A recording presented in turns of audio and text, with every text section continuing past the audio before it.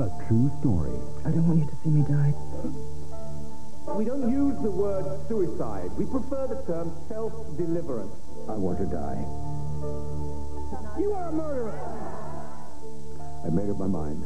There's no life for us anymore. Whatever I do, nothing is ever right for you! I'm the only one that knows the truth. Robert Lindsay stars in Goodbye My Love, Saturday at 10 on Central. Open up PC Genius and you're opening up a great new way to help your kids sharpen up their math, English, French, general knowledge, logic and PC skills. But they'll just reckon it's great home entertainment. Every fortnight, PC Genius comes with 9 new complete games. And the easy-to-follow guide helps you and your children get the most out of them. Issue 1 is only £1.50. Oh, yes. What do you think, kids? More, Daddy.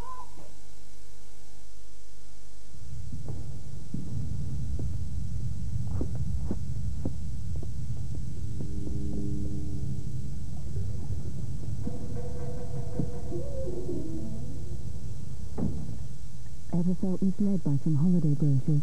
What's that? Plenty of family size room. What the brochure said?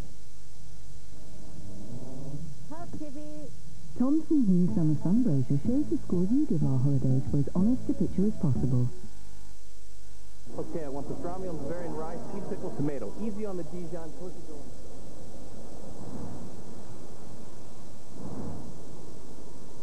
Excuse me, that would be capped hazelnut latte, medium roasted Colombian beans.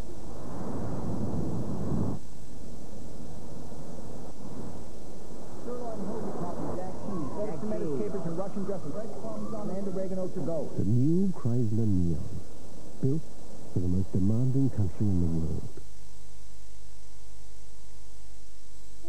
An expensive anachronism or our most valuable national treasure? The biggest live debate in the history of television tackles the most contentious issue of the decade. Do you want a monarchy? A night when you can vote on the future of the monarchy. The Nation Decides, Tuesday at 8:30 on Central.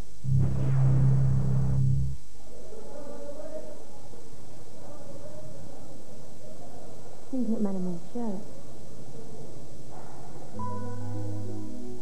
Football. It's not a game, it's a passion. Tuesdays, Coca-Cola Cup action at 11:10 on Central Sports Special, featuring Ipswich versus Leicester. Now on Central, news at 10.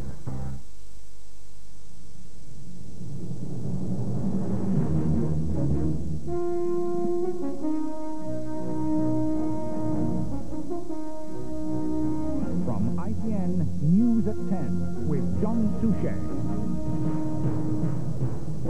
Parents of ecstasy victim are plea to other teenagers.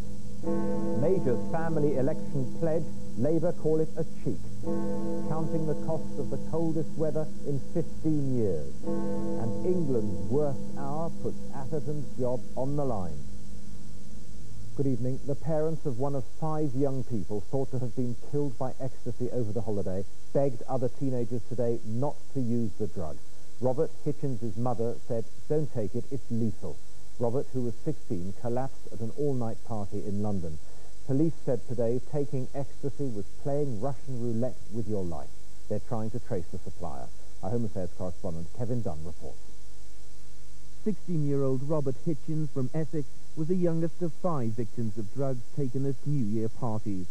Robert collapsed at this sports club after taking what's assumed to be ecstasy. 11 hours later, he was dead. His grief-stricken parents begged other families to learn from their tragedy. Do not take it. It's lethal. I've lost my son, my youngest son. I'll never kiss the boy again. Please, if anything, for my Robert, take notice of what's happened. And please, please, never touch this again, please. Robert's father said there were lessons for parents too.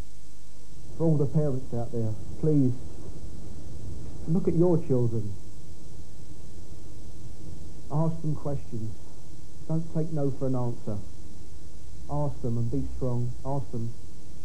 And perhaps we can avoid another tragedy like this. Perhaps we can learn from Robert's death that if got to stop. It's got to stop. If the young kids It's got to stop. don't buy this stuff, there won't be a market for it. More than 100 young people have died from the effects of ecstasy since it became commonly used in nightclubs. But experts say that even those takers who feel no ill effects now may be storing up problems for later life. It's a little bit as if cigarettes or alcohol came out in the last few years. People would say, oh, they're marvellous, safe, no real problems. Ecstasy is the same. People are saying it's marvellous, safe, no real problems, but we have to wait and see. And I am convinced that there will be a large toll of serious problems, just as we have with cigarettes and with alcohol now.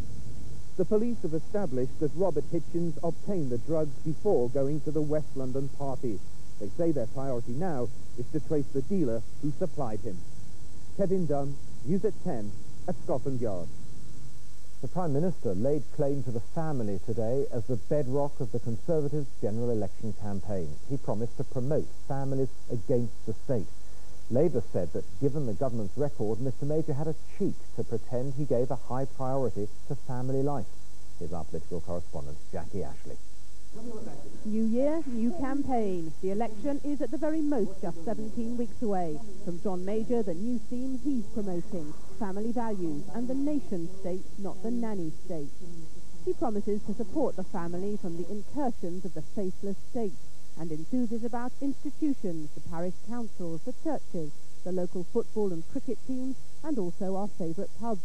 What a cheek, cried the opposition. For him to talk about the family when our schools and hospitals helping the family have declined, when crime has affected family more than ever before, and tax levels on the families have increased quite considerably. No, he's got no record to judge against that claim. You can't preach family values on the one hand and then have policies that reduce family security and solidarity on the other. We're not trying to moralize. What we're basically saying is that politics should be an expression of values. The Conservative Party is proud of its values, proud of its principles. These are values and principles that have stood not only my party, but also the country well over 200 years. But Tony Blair's been playing the family man too. In an interview with a women's magazine, he says he'd give up politics if he had to for the sake of his family.